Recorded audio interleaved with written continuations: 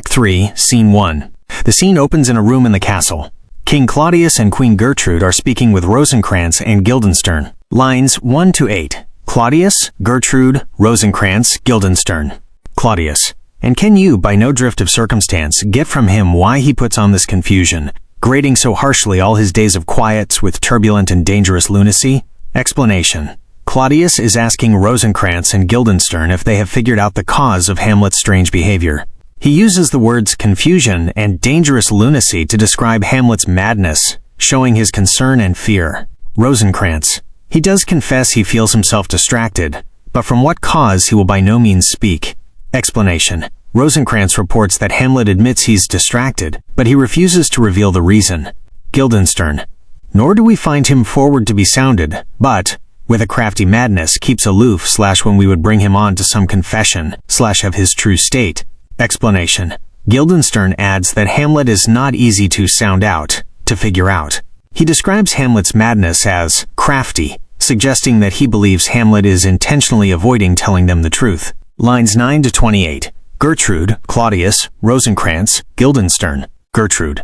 Did he receive you well? Explanation. Gertrude's question is simple and maternal. She's less concerned with the political implications of Hamlet's madness and more concerned with his well-being. Rosencrantz. Most like a gentleman. Guildenstern. But with much forcing of his disposition. Explanation. They agree he was polite, but it seemed forced, as if he was making an effort to be civil. Rosencrantz. Niggard of question, but of our demands / most free in his reply. Explanation. He was reluctant to ask them questions, but he answered their questions readily. Gertrude. Did you essay him to any pastime? Explanation. Gertrude asks if they tried to get him to do something for fun to lift his spirits. Rosencrantz. Madam, it so fell out that we o'erwrought the players on the way. We told him of it, and there did seem in him a kind of joy to hear of it.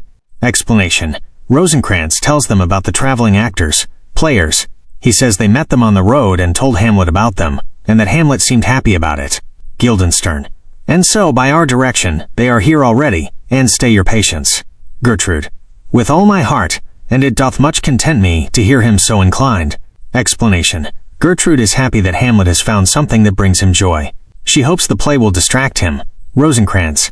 Aye, and he hath appointed them to play before him tonight.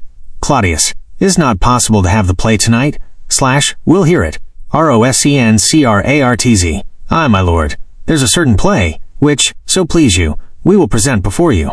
Explanation. Rosencrantz tells Claudius and Gertrude that Hamlet has arranged for a play to be performed for them. Claudius, ever watchful, sees this as an opportunity to observe Hamlet's reaction. Lines 29 to 55. Claudius, Polonius, Gertrude. Rosencrantz and Guildenstern exit. Now Claudius and Gertrude are joined by Polonius and Ophelia. This is the moment where they will stage the meeting between Hamlet and Ophelia to see if Hamlet's madness is caused by unrequited love. Claudius. Sweet Gertrude, leave us too, for we have with us here a man who hath some reasons for his coming hither, which are of no small consequence to us and to our court. Explanation. Claudius tells Gertrude to leave so they can set up the plan. He's being polite but firm. Gertrude. With all my heart. I do obey. Polonius. I pray, take heed and mark what I do say, skeptical smiley face. I pray, take heed. I do obey. I pray you, leave / with all your heart. Explanation. Polonius, ever the flatterer, repeats himself and is overly eager for Gertrude to leave. Gertrude. I will, my lord, but I shall not leave you till I have kissed you on the cheek and said goodbye. Polonius. Madam, you are too kind. Gertrude. I have heard of his madness, and I shall inquire of him the cause of it. And if I find that he is mad, I shall be mad myself. I pray you, leave. Claudius. Sweet Gertrude, let's go and speak of some other matter. Explanation. Gertrude expresses her concern for Hamlet and then leaves. Polonius. Ophelia, walk you here. Gracious, so please you, we will bestow ourselves. Explanation. Polonius instructs Ophelia to walk here, and then he and Claudius will bestow themselves. Hide. Ophelia. My lord. Polonius. Read on this book. That show of such an exercise may color / your loneliness. Explanation. Polonius gives Ophelia a book of prayers. The book is not for reading, but to make it seem like she is alone and meditating, so that their meeting with Hamlet appears to be a natural coincidence, not a setup. Polonius. I hear him coming. Let's withdraw, my lord. Explanation. They hear Hamlet approaching and quickly hide. Lines 56 to 90, Hamlet's to be or not to be soliloquy. This is the most famous speech in all of English literature.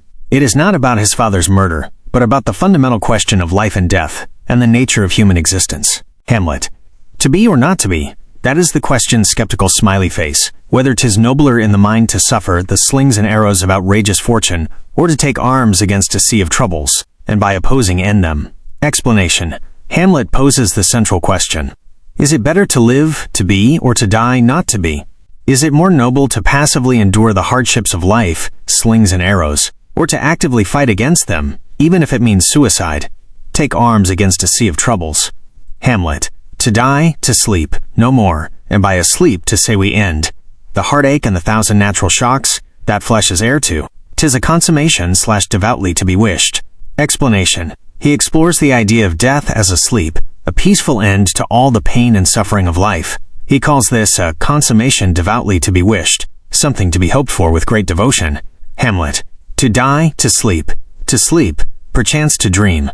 Aye, there's the rub. For in that sleep of death what dreams may come, when we have shuffled off this mortal coil, must give us pause. Explanation. Here's the key problem. The rub. He is afraid that in the sleep of death there might be dreams. What if death isn't just an end, but a transition to something worse? This uncertainty about the afterlife is what makes people hesitate. Hamlet. There's the respect that makes calamity of so long life, for who would bear the whips and scorns of time, the oppressor's wrong, the proud man's contumely, the pangs of despised love, the law's delay, the insolence of office and the spurns, that patient merit of the unworthy takes, when he himself might his quietus make with a bare bodkin. Explanation. Hamlet lists all the miseries of life that people endure, whips and scorns of time, oppressor's wrong, proud man's contumely, etc. He wonders why people would put up with all of this, when they could easily end it all with a dagger. Bare bodkin.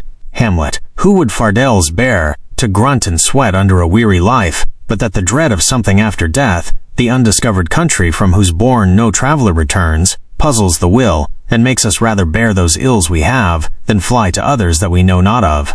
Explanation. This is the core of his argument. People endure the burdens, fardels of life, because of their fear of the unknown, undiscovered country of the afterlife.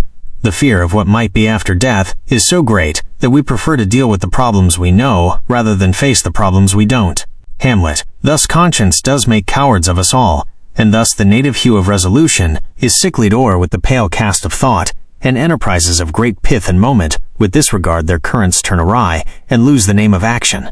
Explanation. He concludes that our conscience and overthinking, pale cast of thought, make us cowards. Our resolve is weakened, and great plans, enterprises of great pith and moment, are derailed because we think too much about the consequences. This last line is especially important. It reflects his own inability to act on his revenge. Lines 91 to 163, the Nunnery Scene. Hamlet sees Ophelia, who is seemingly praying. Ophelia. My lord, how does your honor for this many a day? Explanation. Ophelia greets him politely, acting as if their meeting is a coincidence. Hamlet. I humbly thank you. Well. Explanation. Hamlet's response is short and strange. He is likely already suspicious. Ophelia. My lord, I have remembrances of yours, that I have longed to redeliver, I pray you now receive them. Explanation. Ophelia attempts to return the love tokens and letters Hamlet gave her. She is following Polonius's instructions. Hamlet. No, not I. I never gave you aught.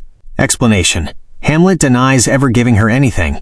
This is a cruel lie, and it shows that he knows he is being watched, and he is pushing Ophelia away to protect her, or to test her loyalty.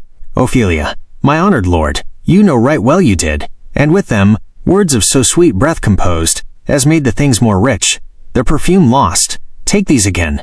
For to the noble mind rich gifts wax poor when givers prove unkind. Explanation. Ophelia gently calls him out on his lie. She says his words made the gifts more valuable, but now that he is unkind, they are worthless. Hamlet. Ha ha. Are you honest? Explanation. Hamlet's tone shifts to sarcasm and suspicion. Honest means both truthful and chaste. Ophelia. My lord. Hamlet.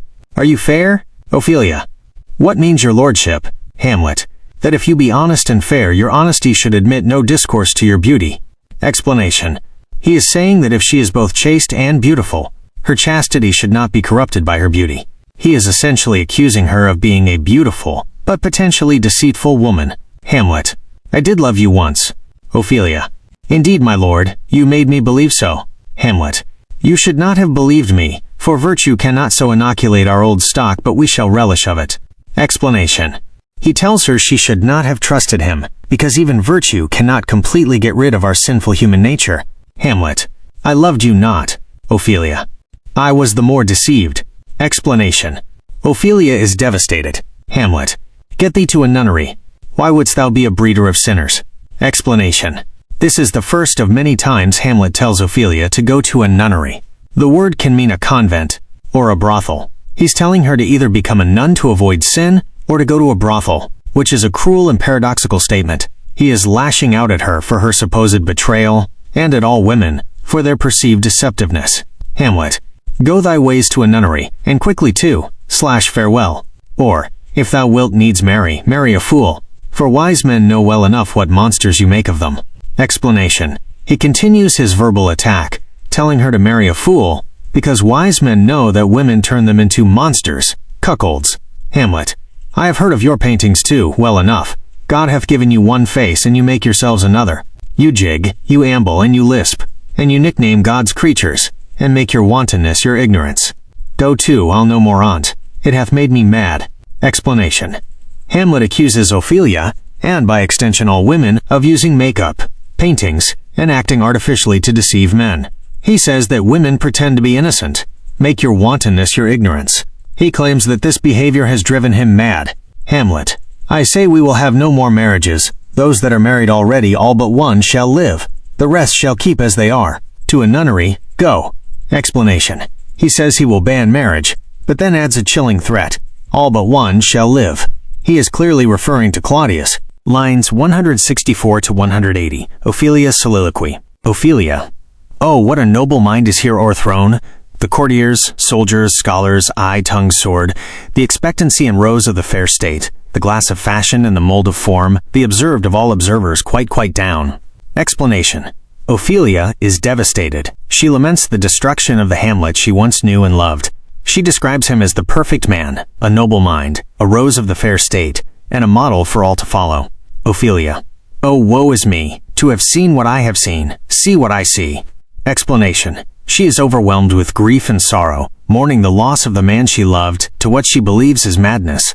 Lines 181 to 205. Claudius and Polonius. Claudius and Polonius emerge from their hiding place. Claudius. Love. His affections do not that way tend, nor what he spake, though it lacked form a little, was not like madness. Explanation. Claudius is not convinced that Hamlet's madness is caused by love for Ophelia. He sees a method to Hamlet's madness and is deeply suspicious. Claudius. There's something in his soul, or which his melancholy sits on brood, and I do doubt the hatch and the disclose will be some danger. Explanation. Claudius expresses his fear that Hamlet is hiding something dangerous, and that when he reveals it, it will be a threat to the kingdom and to him. Claudius. Therefore have I in quick determination thus set it down. He shall with speed to England, for the demand of our neglected tribute. Explanation. Claudius has decided to send Hamlet to England, ostensibly to collect a tribute, but really to get him out of the way. Polonius. It shall be so, but yet I do believe the origin and commencement of his grief sprung from neglected love. Explanation. Polonius, despite all he has seen, is still convinced that Hamlet's madness is a result of his love for Ophelia. He suggests one more plan. Polonius. Let his mother all alone entreat him to show his griefs. Let her be round with him, and I'll be placed, so please you, in the ear of all their conference. Explanation. Polonius suggests that Hamlet's mother, Gertrude, should confront him. Polonius will hide and listen to their conversation. This is the setup for the closet scene, in Act 3, Scene 4. Claudius. It shall be so skeptical, smiley face, madness in great ones must not unwatched go. Explanation. Claudius agrees to the plan, but his last line reveals his true fear. Madness in great ones must not unwatched go. He sees Hamlet's behavior not as a romantic tragedy, but as a political threat. This scene is a turning point in the play. It solidifies Claudius's suspicions, pushes Ophelia to the brink of her own madness, and demonstrates Hamlet's profound internal conflict and his ability to feign madness while revealing his true dangerous nature.